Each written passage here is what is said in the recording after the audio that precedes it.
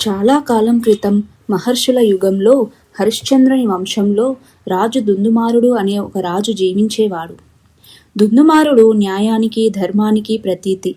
అతని పాలనలో ప్రజలు సంతోషంగా ఉండేవాళ్ళు. ఇలా కాలం సాగుతూ ఉండగా ఒక సాయంత్రం ఒక సంచార ఋషి రాజ్యసభలో అడుగుపెట్టాడు.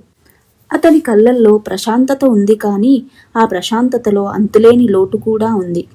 రాజును చూసి ఒక ప్రశ్న అడిగాడు.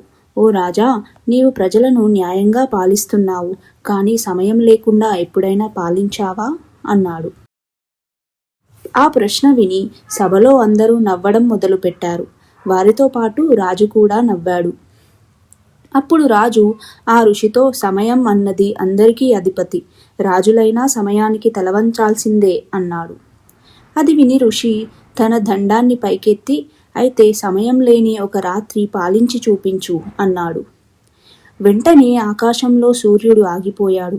చంద్రుడు ఉదయించలేదు. నక్షత్రాలు కదలలేదు. రాత్రి ముందుకు సాగలేదు. ఉదయం రాలేదు. సమయం అక్కడే ఆగిపోయింది. ఆకలి పెరగలేదు. వయసు మారలేదు. మరణం కూడా ముందుకు సాగలేదు.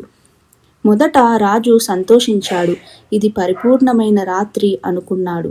అంతులేని పాలన, ఏ చింత లేదు. కానీ త్వరలోనే నిజం బయటపడింది.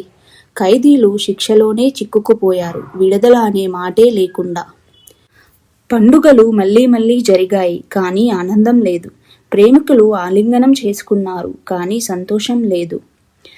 సైనికుల గాయాలు మానలేదు, కానీ మరణం కూడా రాలేదు. బాధకు ముగింపు అనేది లేకుండా ఆగిపోయింది. ప్రజలు బాధలో లేరు, కానీ వారు స్వేచ్ఛలో కూడా లేరు. అంతులేని స్థితిలో చిక్కుకుపోయారు. అప్పుడు రాజుకు అర్థమైంది, సమయం లేకపోతే ఏదీ ముగియదు, బాధ కూడా, పొరపాటు కూడా. రాజు ఋషి ముందు మోకాళ్లపై కూర్చొని కన్నీళ్లతో, నన్ను క్షమించు, సమయాన్ని తిరిగి ఇవ్వు అన్నాడు. ఋషి తన దండాన్ని మెల్లగా కిందకి దించాడు. సూర్యుడు కదిలాడు. రాత్రి ముగిసింది. సమయం మళ్ళీ ముందుకు సాగింది. ఋషి వెలుగుతూ అదృశ్యమయ్యాడు.